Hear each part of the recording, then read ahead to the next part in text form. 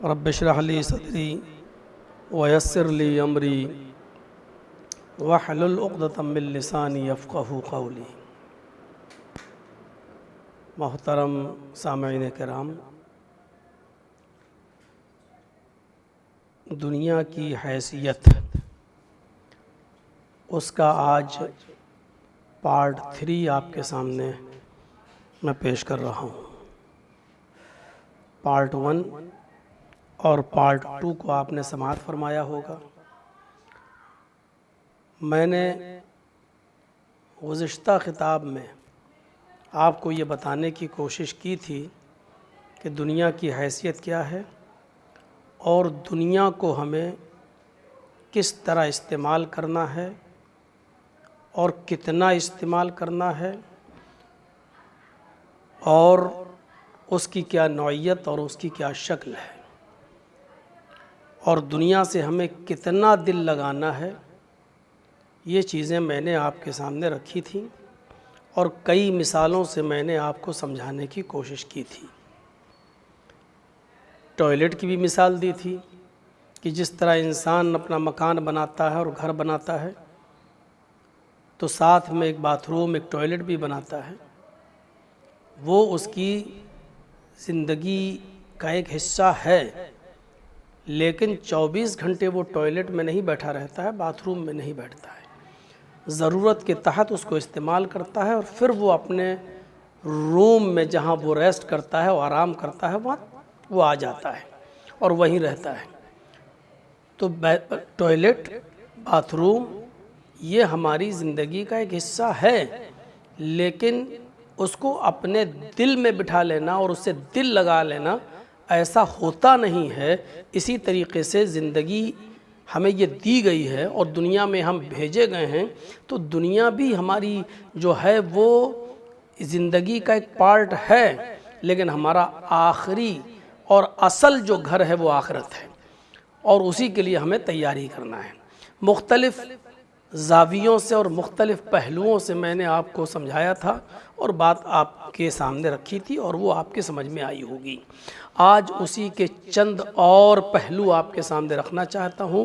مختصر سے وقت میں، اور آج پارٹ 3 آپ کے سامنے پیش کر کے اس چیپٹر کو کلوز کر دیا جائے گا۔ پھر انشاءاللہ کسی دوسرے ٹاپک پر کوئی دوسری باتیں آپ کے سامنے آئیں گی۔ صحیح بخاری شریف کی حدیث ہے، نبی اکرم صلی اللہ علیہ وسلم نے فرمایا، اور اس حدیث کے راوی حضرت عبداللہ ابن عمر رضی اللہ تعالیٰ عنہ ہیں۔ یہ حدیث بخاری شریف کتاب الرقاق کے اندر آپ دیکھ سکتے ہیں۔ حضرت عبداللہ ابن عمر رضی اللہ تعالیٰ عنہ نے فرمایا کہ نبی اکرم صلی اللہ علیہ وسلم نے میرے دونوں مونڈھوں پر ہاتھ رکھا، ان کو پکڑا اپنے ہاتھ سے اور فرمایا، حدیث کے الفاظ ہیں، اخذ بمنکبی، نبی اکرم صلی اللہ علیہ وسلم نے اپنے دونوں ہاتھوں سے میرے مونڈھوں کو، دونوں یہ کاندھے کے جو مونڈے ہوتے ہیں ان کو پکڑا، اور پکڑنے کے بعد آپ نے فرمایا، اے عبداللہ کن فی الدنیا کأنک غریب او عابر سبیل، اے عبداللہ دنیا کے اندر تم اجنبی بن کر رہو، اجنبی کی طرح رہو یا مسافر کی طرح۔ کن فی الدنیا کأنک غریب، دنیا میں تم ایک اجنبی انسان کی طرح۔ غریب کا مطلب اجنبی، غریب کا مطلب مفلس اور قلاش نہیں ہوتا ہے۔ غریب اس کو نہیں کہتے ہیں کہ جس کے پاس کھانے پینے کی چیز نہ ہو، روپیہ پیسہ نہ ہو، درہم و دینار نہ ہو۔ غریب عربی زبان میں اس شخص کو کہا جاتا ہے جو اپنا وطن چھوڑ کر کسی ایسی بستی میں چلا گیا ہو جو بستی اس کے لیے غیر مانوس ہو، جہاں وہ اپنے آپ کو کمفرٹیبل نہیں کر پا رہا ہو اور وہ بہت زیادہ دن وہاں نہیں رہتا ہے، پھر وہ اپنی بستی میں لوٹ کے چلا آتا ہے، اس کو کہتے ہیں غریب، اجنبی۔ تو کن فی الدنیا کأنک غریب، اے عبداللہ تم دنیا میں بالکل اسی طرح اجنبی بن کر رہو، اجنبی کی حیثیت سے رہو، او عابر سبیل یا مسافر کی طرح دنیا کے اندر رہو۔ مسافر کا بھی یہی حال ہوتا ہے، آپ نے سفر کیا ہوگا ٹرینوں کا، بسوں کا، اور آپ اپنے علاقے کو چھوڑ کر 2 دن 4 دن 6 دن 10 دن کے لیے جب آپ کہیں جاتے ہیں، یا بہت سے لوگ جو گلف کنٹری وغیرہ میں چلے جاتے ہیں اپنے بیوی اور بچوں کے لیے کمانے کے لیے اور محنت کرنے کے لیے، اور سال بھر اور 2 سال کے بعد جب آتے ہیں تو وہ وہاں ہمیشہ نہیں رہتے ہیں، پوری زندگی وہیں وہ ختم نہیں کرتے ہیں، وہ مسافر کی حیثیت سے وہاں جاتے ہیں، چند دن، چند ہفتے، چند مہینے یا 1-2 سال رہنے کے بعد وہ اپنے ملک اور اپنی کنٹری میں اپنے گھر واپس چلے آتے ہیں۔ تو تم اسی طریقے سے، جس طریقے سے اس مسافر کے لیے وہ دوسری کنٹری جہاں وہ کمانے کے لیے یا جہاں وہ اپنے روزگار کی تلاش میں گیا ہے، جیسے وہ اس کے لیے دائمی کنٹری نہیں ہے بلکہ وہ زیادہ دن اس میں نہیں رہتا ہے، اس کو لوٹ کر اپنے ہی وطن میں آنا پڑتا ہے، ایسے ہی آئے عبداللہ اس دنیا کے اندر بھی تم ہمیشہ کے لیے نہیں آئے ہو، یہاں ایک مسافر کی طرح ہو، بس چند دن، چند ہفتے، چند مہینے، چند سال اس دنیا میں تم زندگی گزارو گے، اور پھر تمہارا آخری سفر وہیں کا ہے جہاں سے ہم یہاں آئے ہیں، یہاں بھیجے گئے ہیں، یعنی ہمارا آخری جو وطن ہے، جو گھر ہے، وہ ہمارا آخرت میں ہے۔ تو 2 چیزیں بتائی گئی اس حدیث کے اندر، پہلی چیز یہ بتائی گئی ہے کہ دنیا کے اندر ایک مسافر کی طرح رہو، اجنبی، پہلی چیز بتائی گئی اجنبی بن کر رہو، اور دوسری چیز یہ بتائی گئی کہ مسافر کی حیثیت سے اس دنیا میں رہو، جیسے مسافر کا کوئی مضبوط ٹھکانہ نہیں ہوتا ہے، ایسی دنیا تمہارے لیے ایک مضبوط ٹھکانہ نہیں ہے، اس دنیا کو چھوڑ کر جاؤ گے۔ میرے بھائیوں، حضرت عبداللہ ابن عمر رضی اللہ تعالیٰ عنہ کہا کرتے تھے، وَكَانَ ابْنُ عُمَرْ يَقُولُ اِذَا أَمْسَيْتَ فَلَا تَنْتَظِرِ الصَّبَاحَ، لوگو جب دنیا میں تم شام کر لیا کرو، جس بستی میں، جس ملک میں، جس شہر میں تم رہتے ہو، اور جب رات آ جایا کرے، جب اپنے بستر پہ سونے جایا کرو، جب شام ہو جایا کرے، فَلَا تَنْتَظِرِ الصَّبَاحَ، تو تم صبح کا انتظار مت کیا کرو، وَإِذَا أَصْبَحْتَ فَلَا تَنْتَظِرِ الْمَسَاءَ، اور آئے لوگو جب صبح ہو جایا کرے تو تم شام کا انتظار مت کیا کرو۔ بہت پوائنٹ کی بات بتائی ہے، جب شام ہو جائے تو صبح کا انتظار مت کرو، اور جب صبح ہو جائے تو شام کا انتظار مت کرو۔ کتنے لوگ ایسے ہیں اس دنیا کے اندر جو شام کو سوتے ہیں اپنے بستر پر کھا پی کر، موج مستی کر کے آتے ہیں، لیکن صبح زندہ نہیں اٹھتے، اور کتنے لوگ ایسے ہیں جنہوں نے صبح تو اچھی طریقے سے پائی ہے، ناشتہ کیا ہے، کھانا کھایا ہے، کاروبار کے لیے نکلے ہیں، لیکن شام ہوتے ہوتے ان کا شمار مردوں میں ہو گیا ہے، شام ہوتے ہوتے ہارٹ اٹیک پڑ گیا اور مر گئے اور چلے گئے اس دنیا سے۔ تو بہت پوائنٹ کی بات بتائی، یہی دنیا کی حیثیت ہے، یہ دنیا نے کسی کے ساتھ وفاداری نہیں کی ہے۔ اذا امسیتا فلا تنتظر الصباح، جب شام ہو جایا کرے تو تم صبح کا انتظار مت کرو، اور جب صبح ہو جایا کرے تو شام کا انتظار مت کرو۔ یہ جو ہمیں صحت و تندرستی ملی ہے اس کو غنیمت جانیے۔ فرمایا حضرت عبداللہ ابن عمر کہا کرتے تھے، وَخُذْ مِن صِحَّتِكَ لِمَرْضِكَ، اپنی صحت و تندرستی کے اندر اتنی نیکیاں کر لو، اتنی نیکیاں کر لو کہ جب تم بیمار پڑ جاؤ اور بستر پر لیٹ جاؤ، اور اس وقت تم جب نیکیاں نہ کر سکو یا نیکیوں میں سستی آ جائے، تو اپنی حالت صحت و تندرستی میں کی ہوئی نیکیاں یہ تمہارے لیے کافی ہو جائیں، یہ تمہاری بیماری کے وقت ہونے والی نیکیوں کی سستی کی تلافی کر سکیں۔ خذ من صحتک لمرضک، اپنی صحت کو اپنی بیماری سے پہلے غنیمت جانو، اور اپنی صحت و تندرستی میں اتنی نیکیاں کر ڈالو، اتنے اچھے کام کر ڈالو کہ جب تم بستر مرض پر لیٹ جاؤ اور اس میں جب نیکیوں کی میں سستی آ جائے تو تمہاری وہ سستی، یہ صحت و تندرستی کی ہوئی یہ نیکیاں تمہاری اس سستی کی تلافی کر سکیں۔ فرمایا وَمِنْ حَيَاتِكَ لِمَوْتِكَ، اور اپنی حیات اور اپنی زندگی میں اتنی نیکیاں کر ڈالو جو تمہارے مرنے کے بعد کام آئے، کیونکہ مرنے کے بعد نیکیوں کا دروازہ بند ہو جاتا ہے۔ اذا مات الانسان فانقطع عملہ، جب انسان کو موت آ جاتی ہے اور انسان جب مر جاتا ہے تو اس کے عمل کا سلسلہ منقطع کر دیا جاتا ہے۔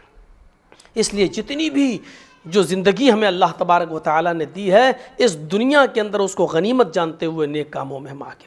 بڑھیں۔ نبی اکرم صلی اللہ علیہ وسلم نے فرمایا حضرت علی رضی اللہ تعالیٰ عنہ فرمایا کرتے تھے،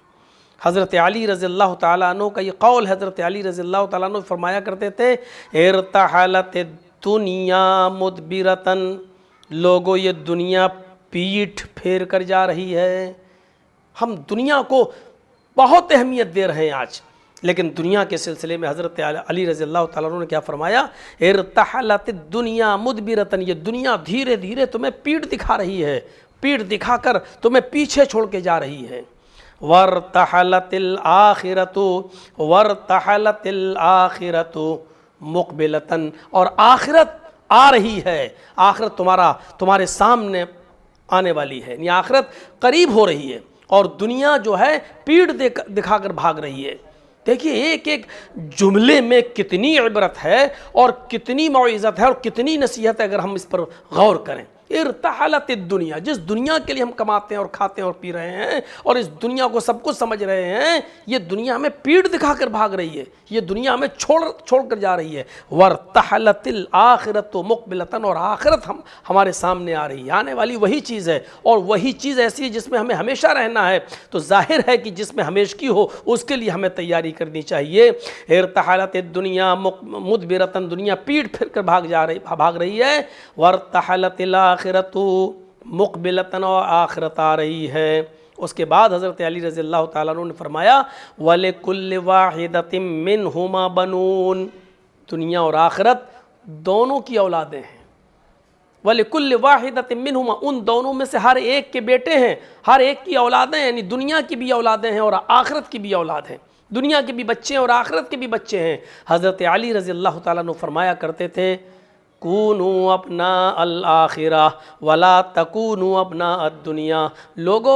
آخرت کے بیٹے بنو، آخرت کی اولاد بنو اور دنیا کی اولاد مت بنو، کیونکہ دنیا تمہیں پیٹھ دکھا کر بھاگ رہی ہے، جو تمہیں چھوڑ دے، جو تمہارے کوئی کام کی نہ ہو اور تمہارے کوئی کام نہ آ سکے، اس کو کیا ترجیح دینا ہے؟ تو ہمیں سوچنا چاہیے حضرت علی رضی اللہ تعالیٰ عنہ کے اس قول سے اور حضرت علی کے اس فرمان سے ہمیں عبرت حاصل کرنا چاہیے۔ ترمذی اٹھائیے، ابواب الزہد دیکھیے، حضرت عبداللہ ابن مسعود اس حدیث کے راوی ہیں، فرماتے ہیں کہ نام رسول اللہ صلی اللہ علیہ وسلم علی حصیر، نبی اکرم صلی اللہ علیہ وسلم ایک چٹائی پر آرام فرما رہے تھے، ایک چٹائی پر سو رہے تھے، قام، اٹھے، بیدار ہوئے، وقد اثر فی جنبہ، اور آپ کے پہلو میں، آپ کے جنب میں، آپ کے پہلو میں نشان پڑ گئے۔ ظاہر ہے جب چٹائی پر انسان ننگی پیٹھ سوئے گا اور کچھ دیر تک سوئے گا تو وہ نشان پڑ جائیں گے۔ فرمایا فقام، جب بیدار ہوئے، جب اٹھے، وقد اثر فی جنبہ، تو آپ کے پہلو پر، آپ کے جنب کی طرف، آپ کے پشت پر نشان پڑ گئے اس کے۔ ان نشانوں کو جب حضرت عبداللہ ابن مسعود رضی اللہ تعالیٰ عنہ نے دیکھا، اس نشان کو جب حضرت عبداللہ ابن مسعود رضی اللہ تعالیٰ عنہ نے دیکھا تو فرمایا اللہ کے نبی یہ کیا حال ہے آپ کا؟ آپ کے پہلو پر نشان پڑ گئے، چٹائی پر سوئے۔ لَوِ اتَّخَذْنَا لَكَ وِطَاءً، اے اللہ کے نبی کیا ہم آپ کے لیے نرم گرم بستر کا انتظام نہ کریں؟ یہ یہود و نصارہ تو نرم گرم بستروں پر سوئیں، اور ہمارے نبی، ہمارے آقا جناب محمد رسول اللہ صلی اللہ علیہ وسلم ایک چٹائی پر سو رہے ہیں، اور وہ بھی جب اٹھتے ہیں اور بیدار ہوتے ہیں تو نشان پڑ جاتے ہیں۔ لَوِ اتَّخَذْنَا لَكَ وِطَاءً، یا رسول اللہ، اے اللہ کے رسول ہم آپ کے لیے نرم گرم بستر کا انتظام کر دیتے ہیں، ہم آپ کے لیے نرم گرم بستر بنا دیتے ہیں۔ نبی اکرم صلی اللہ علیہ وسلم نے سختی سے روکا اور فرمایا عبداللہ تم ایسا نہیں کر سکتے ہو میرے لیے، نہیں، میری اجازت نہیں ہے۔ جو جملے آپ کی زبان سے نکلے ان جملوں پر غور کیجئے۔ نبی اکرم صلی اللہ علیہ وسلم نے فرمایا مالی وللدنیا، مالی وللدنیا، مجھے دنیا سے کیا سروکار؟ یہ جو چیزیں تم بتلا رہے ہو یہ دنیا میں عیش و آرام کے لیے کی چیزیں ہیں، مالی وللدنیا،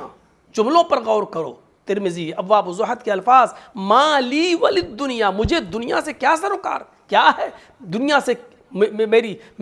نسبت کیا ہے دنیا سے؟ میں کیا دنیا میں ہمیشہ کے لیے آیا ہوں؟ مالی وللدنیا، نہیں، کیا ہے دنیا؟ مجھے دنیا سے کیا سروکار؟ ما انا فی الدنیا الا کراکب استظل تحت شجرہ، میں تو اس دنیا میں بس اس انسان کی طرح ہوں، اس شخص کی طرح ہوں، فی الدنیا الا کراکب استظل، اس مسافر کی طرح، اس سوار کی طرح ہوں جس نے دھوپ کے اندر سفر کیا، تھک گیا، کسی سایہ دار درخت کے نیچے آیا آرام کرنے کے لیے۔ فرمایا اللہ کے نبی نے الا کراکب استظل تحت شجرہ، وہ سوار جو کسی سواری پر سوار ہو کر آیا، استظل تحت شجرہ، کسی سایہ دار درخت کے نیچے تھوڑی دیر اس نے آرام کیا، بیٹھا، ثم راحا، تھوڑا سا آرام کیا، وترکھا، اور اس کو چھوڑ کر چلا گیا۔ جیسے ایک مسافر شخص تھک جاتا ہے اور کسی درخت کے نیچے آرام کرنے کے لیے تھوڑی دیر بیٹھ جاتا ہے، لیکن وہ درخت اس کا اصل ٹھکانہ نہیں ہے، وہاں وہ 24 گھنٹے نہیں گزارتا ہے، وہاں وہ پوری زندگی نہیں گزارتا ہے، تھوڑا سا سستایا، سایہ دار درخت کے نیچے آرام کیا، اور تھوڑا سا سستانے کے بعد پھر وہ اپنی منزل کی طرف رواں دواں ہو جاتا ہے۔ میں بھی اس دنیا میں بس کچھ ہی لمحوں کے لیے، کچھ وقت کے لیے آیا ہوں، اور اس کے بعد ہمیں بھی یہ دنیا چھوڑ کر چلے جانا ہے۔ اللہ کراکب استظل تحت شجرہ، دیکھیے دنیا کی کیا حیثیت بتا رہے ہیں اللہ کے نبی۔ ماں لی ولد دنیا، کیا ہے میرے لیے دنیا، کیا ہے مجھے دنیا سے سروکار؟ نہیں، میں تو اس دنیا میں صرف اس مسافر کی طرح، اس سفار کی طرح ہوں جو ایک سایہ دار درخت کے نیچے آیا اور آرام کیا اور تھوڑی دیر رکا اور چل دیا، بس ایسے ہی مجھے بھی اس دنیا سے چلے جانا ہے۔ ہمیں غور کرنا چاہیے۔ اللہ کے نبی جناب محمد رسول اللہ صلی اللہ علیہ وسلم نے اسی لیے فرمایا، یہ بھی ترمذی کے الفاظ ہیں کہ لو کانت الدنیا تعدل عند اللہ جناح بعوضہ، اگر اس دنیا کی حیثیت اللہ رب العالمین کے نزدیک مچھر کے ایک پر کے برابر بھی ہوتی تو اللہ رب العالمین کسی کافر کو ایک گھونٹ پانی بھی نہیں پلاتا، ما سقا کافرا منہ شربۃ ماء، ایک گھونٹ پانی بھی نہیں پلاتا، اگر مچھر کے پر کے برابر بھی اس دنیا کی کوئی حیثیت اللہ کی نظر میں ہوتی۔ آج سارے بہت سے کافر اور ناستک اور دہریہ آج اس دنیا سے فائدہ اٹھا رہے ہیں، کوئی فرق نہیں پڑتا، کیونکہ اللہ رب العالمین کی نظر میں اس مکھی اور مچھر کے پر کے برابر بھی اس دنیا کی حیثیت نہیں ہے۔ ہمیں اس دنیا کے اندر نیک اعمال کر کے آخرت کی تیاری کرنی چاہیے۔ اس دنیا کو بس ضرورت کے تحت استعمال کرو، اس دنیا سے ہمیں دل نہیں لگانا چاہیے۔ نبی اکرم صلی اللہ علیہ وسلم نے فرمایا دنیا بہت میٹھی ہے اور سرسبز و شاداب ہے، یعنی دیکھنے میں بہت میٹھی لگے گی، سرسبز و شاداب لگے گی، لیکن حقیقت کچھ اور ہے۔ فرمایا اللہ کے نبی صلی اللہ علیہ وسلم نے ان الدنیا حلوۃ خضرۃ، یہ دنیا بہت شیریں ہے، میٹھی ہے، خضرۃ ہری بھری ہے، سر سبز و شاداب ہے، وَأَنَّ اللَّهَ مُسْتَخْلِفُكُمْ فِيهَا، اور اللہ رب العالمین نے تمہیں اس دنیا کا خلیفہ بنایا ہے، تمہیں اس دنیا میں خلیفہ بنا کر بھیجا ہے، تم اس دنیا میں خلیفہ بن کر آئے ہو۔ لیکن اس کے بعد اللہ کے نبی صلی اللہ علیہ وسلم نے یہ بھی فرما دیا فَاتَّقُوا الدُّنْيَا وَاتَّقُوا النِّسَاءَ، دو چیزوں سے بچنے کا حکم دیا، اس میں ایک دنیا بھی ہے۔ آپ نے فرمایا لوگوں یہ دنیا بہت سرسبز و شاداب ہے اور میٹھی ہے، دیکھنے میں بہت میٹھی نظر آئے گی، بہت اچھی نظر آئے گی، بھری بھری نظر آئے گی۔ وَأَنَّ اللَّهَ مُسْتَخْلِفُكُمْ فِيهَا، اور اللہ تبارک تعالیٰ تمہیں اس دنیا میں اپنا خلیفہ بنائے گا، اور بنایا ہے، بنا کر بھیجا ہے۔ لیکن اس کے بعد کیا کہا فَاتَّقُوا الدُّنْيَا، دنیا سے بچنا، وَاتَّقُوا النِّسَاء، اور عورت سے بھی بچنا۔ دنیا میں مال، اولاد، نیک اولاد ہے تو ٹھیک، لیکن اگر برے راستے پہ چلی گئی تو فتنہ، اسی طریقے سے مال فتنہ، اسی طریقے سے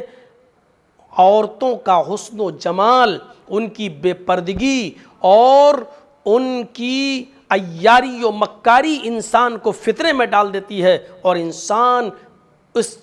اس فتنے میں پڑ کر اپنی آخرت کو برباد کر لیتا ہے۔ فرمایا دنیا سے بچنا اور عورت سے بچنا، اور آگے فرمایا فَإِنَّ أَوَّلَ فِتْنَةَ بَنِي إِسْرَائِيلَ كَانَتْ فِي النِّسَاءِ، بنی اسرائیل جو ہلاک ہوئی اور برباد ہوئی اس کا سب سے پہلا فتنہ جو تھا وہ یہی عورت تھی۔ یعنی بنی اسرائیل کو اگر تباہ و برباد کسی نے کیا ہے، اور اس کا جو فَإِنَّ أَوَّلَ فِتْنَةَ، جو پہلا فتنہ تھا جس نے بنی اسرائیل کو برباد کیا ہے، کانت فی النساء، وہ عورتوں ہی کے سلسلے میں تھا۔ نہ وہ عورتوں کے سلسلے میں پڑے ہوتے، وہ ہم اس تفصیل میں نہیں جانا چاہتے کہ بنی اسرائیل میں کیا ہوا اور کس عورت کی وجہ سے پوری قوم پوری بنی اسرائیل ہلاک و برباد ہوئی، میں اس طرف نہیں جانا چاہتا، کبھی موقع ملا تو بتاؤں گا۔ تو میرے پیارے ساتھیوں، ہمیں دنیا سے بچنا ہے۔ بچنے کا مطلب پھر اسی طرف آپ کو جانا پڑے گا کہ دنیا کو ہمیں ضرورت کے تحت استعمال کرنا ہے۔ دنیا سے یعنی ہم بالکل کنارہ کشی تو اختیار نہیں کر سکتے ہیں، بالکل اسی طریقے سے جیسے ہم گھر بناتے ہیں تو ٹوائلٹ بھی بناتے ہیں، ہم ٹوائلٹ کے بنا ہم گھر میں نہیں رہ سکتے ہیں کیونکہ وہ بھی ہماری زندگی کا ایک حصہ ہے، لیکن ٹوائلٹ میں کوئی آدمی دل نہیں لگاتا، 24 گھنٹے نہیں رہتا ہے۔ اسی طریقے سے ہمیں دنیا میں کی ضرورت تو ہے لیکن اسے دل نہیں لگانا ہے۔ دنیا سے بچنے کا ایک مطلب یہ ہے کہ مال اور دولت تو ہمیں کمانا ہے لیکن جائز طریقے سے کمانا اور جائز جگہ پر خرچ کرنا ہے۔ ناجائز مال کو کمانے کی ہوڑ ہمیں جو ہے وہ ہمیں برباد کر دیتی ہے، اور اسی لیے دنیا میں آئے ہو تو ناجائز مال کو کمانے سے ہمیں اور حرام مال کمانے سے ہمیں اجتناب کرنا چاہیے۔ نبی اکرم صلی اللہ علیہ وسلم نے فرمایا ان لکل امت فتنہ وفتنۃ امتی المال، ہر امت کو ایک فتنے نے تباہ و برباد کیا، ہر امت کو کسی نہ کسی فتنے نے تباہ و برباد کیا۔ ہر امت کے لیے ایک فتنہ تھا جس فتنے کی میں پڑھ کر وہ امت تباہ ہوئی، وہ فتنۃ امتی المال، اور میری امت کا سب سے بڑا فتنہ جو ہے وہ مال ہے۔ یہ مال ہی ایسی چیز ہے جو ہمیں اس دنیا میں آخرت سے دور کر دے گا۔ مال و دولت کی محبت ہونی چاہیے لیکن ناجائز طریقے سے کمانا اور ناجائز مقام پر خرچ کرنا یہ چیز اچھی نہیں ہے۔ حضرت عثمان غنی کے پاس کیا پیسہ نہیں تھا؟ حضرت عثمان غنی کیا امیر نہیں تھے؟ کیا غنی نہیں تھے؟ لیکن انہوں نے جائز طریقے سے پیسہ کمایا اور جائز مقام پر پیسہ خرچ کیا۔ تو میرے بھائیوں، یہی چند باتیں میں نے آپ کے سامنے دنیا کی حیثیت پارٹ 3 کی شکل میں آپ کے سامنے پیش کیا ہے۔ انشاءاللہ اب کسی دوسرے ٹاپک پر آپ سے گفتگو ہوگی۔ اللہ تبارک و تعالیٰ سے میری دعا ہے کہ اللہ رب العالمین ہمیں دنیا کی حیثیت کو سمجھنے کی توفیق عطا فرما اور دنیا میں جتنے فتنے ہیں ان سے ہمیں بچنے کی توفیق عطا فرما، اور دنیا میں ہمیں وہ اعمال کرنے کی توفیق عطا فرما جو ہماری دنیا بھی بنا دیں اور آخرت بھی بنا دیں، اور ہمیں یہ دعا پڑھنے کی توفیق بھی عطا فرما۔ اٹھتے بیٹھتے چلتے پھرتے ربنا آتنا فی الدنیا حسنۃ وفی الآخرۃ حسنۃ وقنا عذاب النار۔ اللہ جب تک تو ہمیں زندہ رکھ، اسلام پہ زندہ رکھنا، اور جب ہمارا خاتمہ ہو تو ایمان پر ہمارا خاتمہ فرمانا۔ وما علینا الا البلاغ المبین وآخر دعوانا ان الحمد للہ رب العالمین۔ السلام علیکم ورحمۃ اللہ وبرکاتہ۔